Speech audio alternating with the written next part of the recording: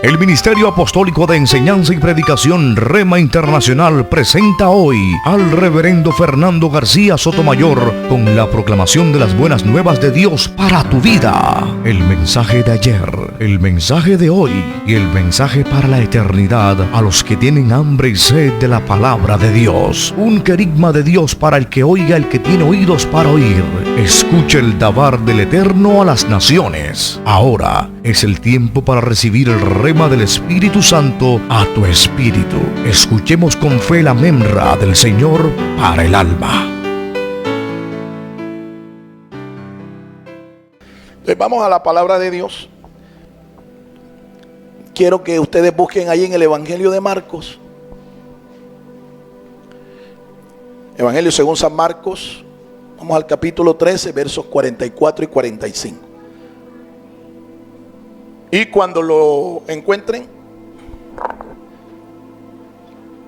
por favor me dan un amén y voy a rogar el favor de que el lector, me ayude un lector, mi esposa o Marcos 10, perdón, 10 mal. Marcos 10 versos 44 y 45. Marcos capítulo 10 versos 44 y 45. ¿Ya lo encontraron? Vamos a escuchar la lectura de este pasaje en el cual quiero hacer una reflexión.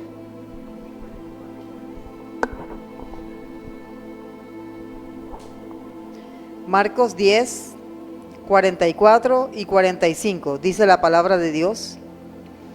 Y el que de vosotros quiera ser el primero, será siervo de todos, porque el Hijo del Hombre no vino para ser servido, sino para servir y para dar su vida en rescate por muchos. Amén. Bajo el tema, el Mesías es el siervo de Dios. Quiero que oremos y escuchemos esta reflexión. El Mesías es el siervo de Dios. Oremos.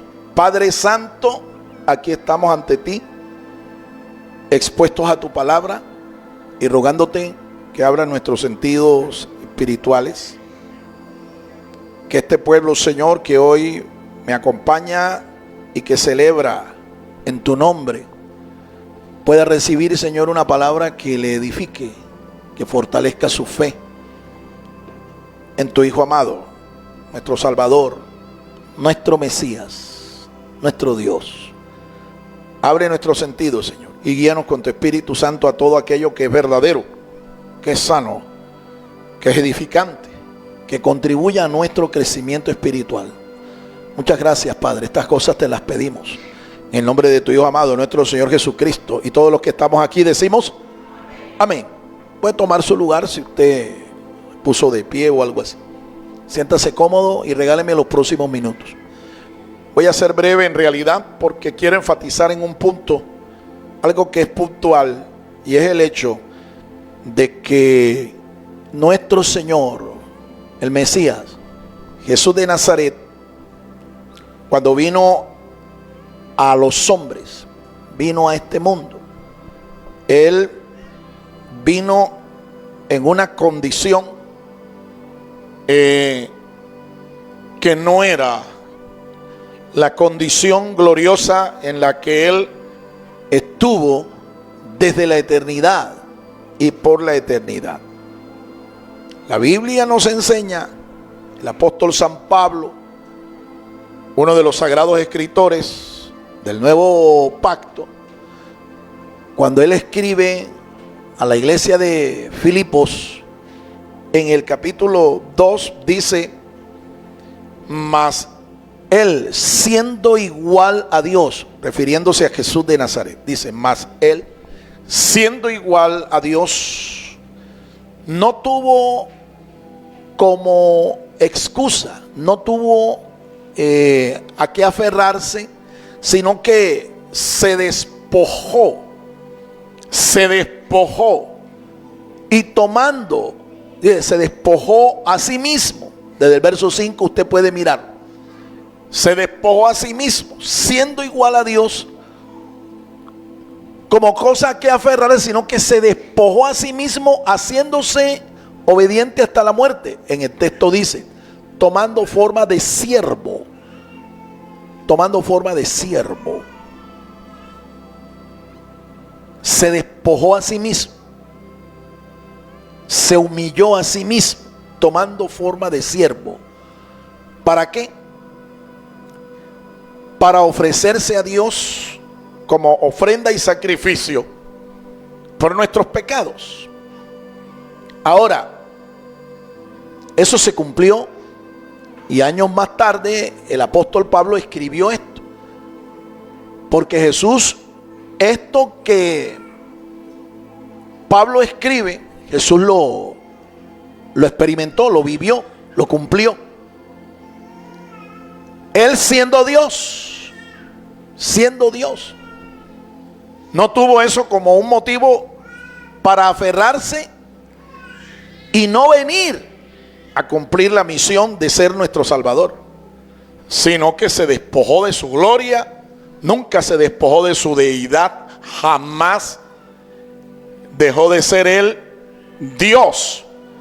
Siempre estuvo en el seno del Padre, siempre estuvo allí, y juntamente con el Padre, con el Espíritu, ellos crearon al hombre y todo lo que existe. Hicieron esta creación. Todo lo que existe es obra de la mano poderosa de nuestro Dios. Es más, esto también está confirmado en el primer libro de la Biblia. Primer libro de la Biblia. Libro de Génesis. En el capítulo 1. Dice en el verso 3 que dijo Dios, sea la luz. Capítulo 1, verso 3 del libro de Génesis. Y dijo Dios, sea la luz. ¿Y qué pasó? Dice el texto en hebreo. No dice nunca, la luz fue hecha. Jamás. Eso lo han malinterpretado. En el texto hebreo que compilaron los masoretas, el texto normalizado, el texto autorizado de las escrituras del Antiguo Testamento, jamás se dice que la luz fue hecha. ¿Y sabe por qué no dice eso? Porque es que la luz siempre ha existido. Lo que el pasaje dice es, y debe interpretarse así: y dijo Dios, sea la luz, y fue la luz. Así es que debe interpretarse. Es decir, la luz que siempre existió, porque es que la luz, ¿quién dijo que Él era la luz? ¿Quién dijo? Nuestro Mesías. Nuestro Señor fue el que dijo que Él era la luz del mundo y el que lo seguiría, dice que no andaría en tinieblas. Entonces, ¿quién es la luz? Jesús. ¿Quién es la luz? Nuestro Mesías. Entonces, como la luz siempre ha existido, la luz es eterna, por eso es que no podemos entender de que la luz fue creada. Porque Dios no creó a el Hijo de Dios, a Dios el Hijo. Dios no crea otro Dios. ¿Me estás entendiendo? Dios no creó a otro Dios. Cuando las escrituras dicen, y dijo Dios sea la luz, lo que hizo el Señor fue sacar a la existencia la luz que estaba en Cristo, la luz que es Cristo, la luz que es el Mesías. A su nombre, a su nombre. Así es que entienda bien ese pasaje y no se confunda como están confundidos la mayoría de los cristianos que yo conozco. Están entendiendo de que esa luz fue creada. Y la luz no fue creada porque esa luz se estaba refiriendo era al Señor. Eso lo confirma el evangelista Juan cuando escribe su relato evangélico allá en el capítulo 1. Ustedes saben que hay 4 relatos evangélicos. No hay 4 evangelios, no existe. El evangelio es uno solo. Pero sí existen 4 relatores, 4 relatos. En el capítulo 1 del evangelio de San Juan, allí Juan confirma exactamente lo que yo estoy diciendo aquí. Que esa luz prevaleció sobre las tinieblas, que las tinieblas no apagaron, no prevalecieron contra la luz. ¿Por qué? Porque es que esa luz es el mismo Señor Jesucristo. A su nombre, a su nombre. Tenemos un texto aquí ahora. El relator del Evangelio de Marcos nos está diciendo una vez más que Jesús vino en calidad y en condición de siervo. Y establece un principio. Esas son palabras textuales escritas por el evangelista, pero son palabras textuales del mismo Señor. ¿Cuál es el principio? Si tú quieres ser grande en el reino del Señor, si tú quieres ser grande, ¿qué tienes que hacerte para conseguir esa grandeza? ¿Qué tienes que hacerte? Dice ahí el texto, que tienes que hacerte un siervo.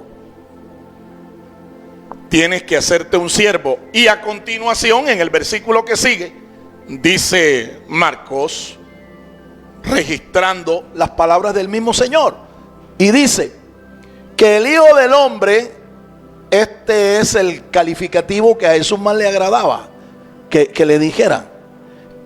El Hijo del Hombre, dice, no vino para ser servido, ¿sí?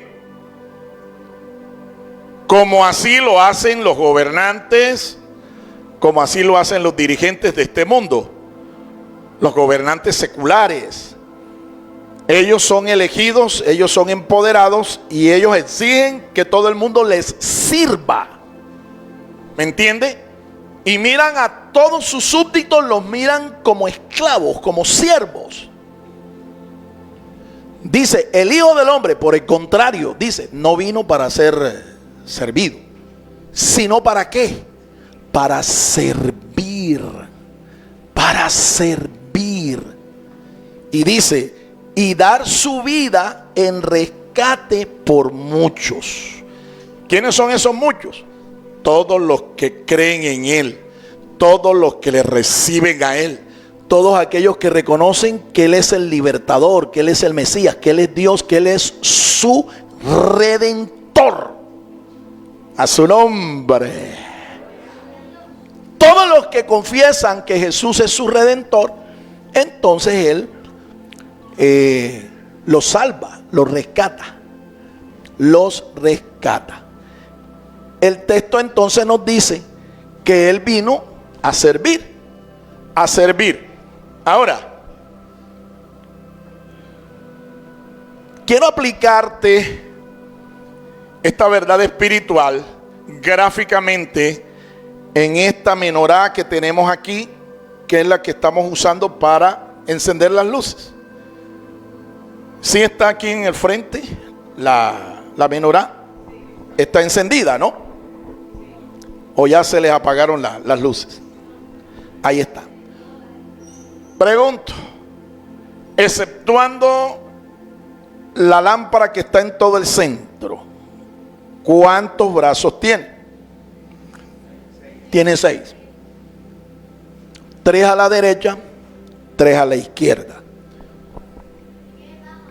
¿Verdad? 3 a la derecha, 3 a la izquierda. Tiene 6. Más la vela central, la lámpara central, serían entonces 7. ¿Ok? Empezando por allí. ¿Cómo podemos aplicar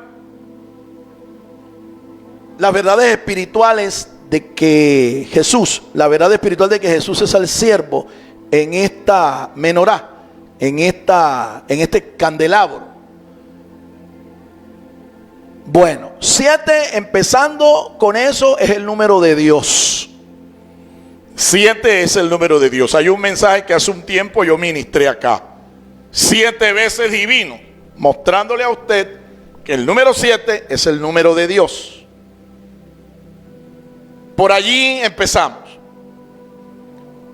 Ahora, 7 lámparas, 7 brazos, ¿verdad? 7 tubos. Originalmente estos brazos eran huecos y se comunicaban unos con otros, pero principalmente con el tubo central.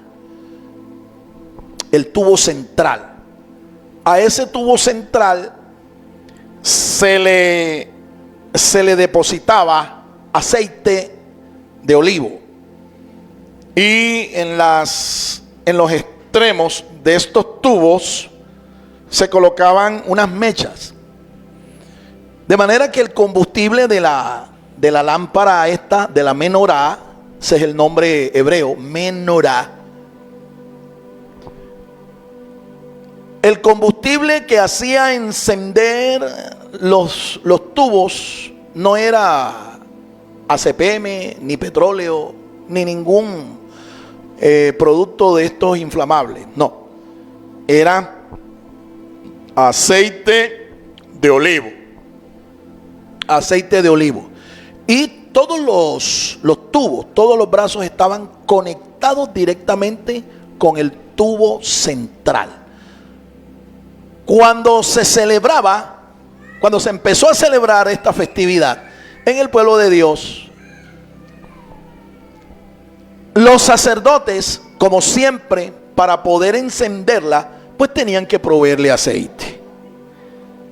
Tenían que proveerle aceite. Sin aceite no había luz. Sin aceite no había luz. La Biblia nos enseña que ese aceite es un símbolo. Símbolo del Espíritu Santo de Dios.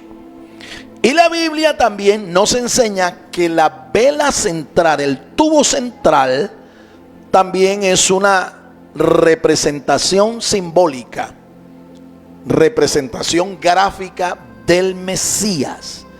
El Mesías en su calidad, en su condición de siervo. Existen dos vocablos, uno hebreo y uno arameo, para designar esta expresión. La expresión siervo. La expresión siervo. La expresión hebrea es la expresión Ebed. Ebed, de donde esa raíz es la raíz de nombres como Obed, Obadías, etcétera. Ebed se escribe con las letras Ain, la letra Bet y la letra Dalet. Es correcto, ¿no? De todas maneras, eso lo podemos confirmar. ¿Sí? Eso lo podemos confirmar. Ustedes saben que el idioma hebreo es alfanumérico. Eso quiere decir que las palabras tienen un valor numérico, aún las letras. ¿Sí? Si dije que se escribe con Ayin, creo que no estoy equivocado. Ayin, Bet y Dalet. Entonces sumamos para saber cuánto vale esa expresión, Ebed, que se traduce del hebreo como siervo. Siervo, siervo, siervo. ¿Sí? Siervo. 70 vale la Ayin, la Bet vale 2, serían 72, y la Dale 4 serían 76. 7 y 6 sumamos esa cantidad entre sí, nos da 13. 1 y 3 la sumamos entre sí para llevarla a un dígito y nos da 4. La letra 4 en el alefato hebreo corresponde a la letra Dalet. Corresponde a la letra Dalet. Y esta letra, que tiene el valor numérico de 4, tiene un símbolo pictográfico que la representa desde el principio. Se trata de una puerta. Entonces, entendamos, detrás de la expresión Ebed, que es lo que se traduce del hebreo como siervo, hay una verdad espiritual. Si sabemos que el siervo de quien está hablando allí es el Mesías, Entonces lo que tú y yo tenemos que entender es que el Mesías es la puerta. Es la puerta. Una puerta es algo que nos permite acceso, entrada o salida. Jesús dijo bien claro durante los días de su ministerio: yo soy la puerta de las ovejas. El que por mí entrare, saldrá y entrará, y dice, y hallará pastos. Una puerta es un lugar de acceso. Entonces, espiritualmente hablando, cuando Jesús dice que Él es la puerta, lo que Él está diciendo es que Él es la entrada. ¿La entrada a qué? Al reino de Dios. La entrada al reino. Y usted, si no encuentra esa entrada, si usted no encuentra esa entrada, ¿cómo va a poder usted entrar al reino del Mesías? Tienes que hallar a esa entrada y tienes que accesar por esa puerta para que encuentres en Él al Señor. A su nombre, a su nombre. Ahora bien, existe otro vocablo, pero este no es un vocablo hebreo, este es un vocablo arameo. Y es el vocablo shamash. Shamash se escribe con 3 letras también. La letra Shin, la letra Men y la letra Shin al final. Con estas 3 letras, que son letras consonánticas, se escribe la expresión Shemesh, que se traduce como sol muchas veces. Lo único que hay que cambiarle son las vocales que diseñaron los masoretas para facilitar la lectura del texto, tanto el texto hebreo como el texto en arameo. Lo único que le cambia para producir expresiones como shamash o shemesh, que shamash les estoy explicando que se traduce siervo, y que es un vocablo que fue cognado, un vocablo que fue asimilado del arameo al hebreo. Y para construir, por ejemplo, otro vocablo, shemesh, que traduce sol, lo único que hay que hacer, repito, es cambiarle las vocales. Las vocales, unos puntos vocálicos, y entonces tienes allí 2 palabras. Y descubrí que con estas 3 letras consonantes, Shin, Men y Shen, se construyen alrededor de 70 palabras. Escúchame, 70 palabras. Con estas 3 letras, 70 palabras, aplicando una técnica de exégesis, de interpretación, que se llama la temura, una permutación de letras, una permutación de vocales y de letras. Se pueden construir hasta 70 palabras. Interesante, interesante. El vocablo siervo se usa en las escrituras del Nuevo Pacto, por lo menos, escúchame, de 7 formas diferentes. Un siervo, un esclavo, ahí en ese pasaje que escribe Marcos, viene del griego koiné doulos, pero el doulos era una entre por lo menos 7 clases de siervos que están revelados en el Nuevo Testamento. Por lo menos 7. Doulos es uno de ellos. Te voy a mencionar por lo menos 4 o 5 para que tú veas todo lo que representa esa vela central, ese siervo, ese que es nuestro Salvador, nuestro Mesías, nuestro Dios, nuestro Redentor. Mira, en el Nuevo Testamento se usa este otro vocablo, huperetes, huperetes, del griego. ¿Cómo se traduce? Siervo o esclavo. Y van 2. Se escribe también el vocablo diácono, diácono, diácono. eran aquellos funcionarios que servían a las mesas en la iglesia primitiva a favor de las viudas, tanto hebreas como griegas. Y van 3. Se escribe el vocablo pedagogo del griego. Esta labor era la labor de Instrucción, de enseñanza, que le era asignada en la cultura grecorromana a un esclavo. Y van 4. El pedagogo de los niños, el instructor de niños. 4. Había otro vocablo, el vocablo oikonomos. se tradujo como mayordomo, Dispensador, administrador, ¿sí? Una ama de llaves, de donde viene el vocablo economista, oikonomos. Y van por lo menos 5. Existe otro vocablo, el vocablo liturgos, y se refiere al ministerio de los ángeles. como adoradores de Dios. Se usa el término liturgos, de donde se traduce a nuestro idioma español la palabra liturgia. Liturgia. Y van 6. Y te lo dejo allí porque ya te dije, por lo menos hay 7. Recuerdo estos ahora. Es para que te des cuenta, mi amado hermano, todo lo que representa esta expresión y cómo el Señor Jesús encarnó a cada uno de estos personajes. Porque ¿quién es nuestro principal instructor? ¿Quién es nuestro principal maestro? ¿Quién es nuestro principal adorador? ¿Quién es el dispensador, el economista de nuestras vidas y de nuestro destino final? ¿Quién es?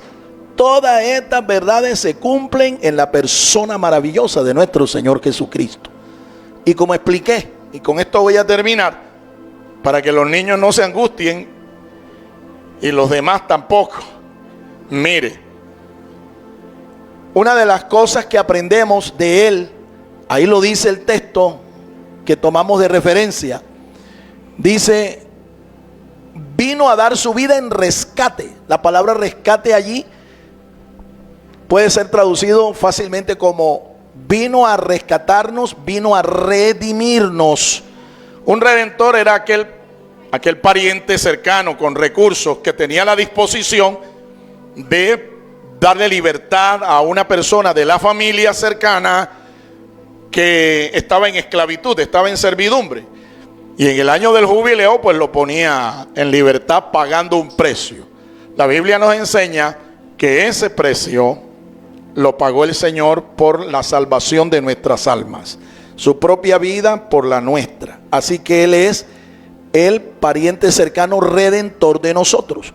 Le pertenecemos a Él, nosotros los cristianos, ahora por 2 vías. Número 1, le pertenecemos a Él porque Él nos creó. Él es nuestro creador. Y le pertenecemos a Él ahora porque Él es nuestro redentor.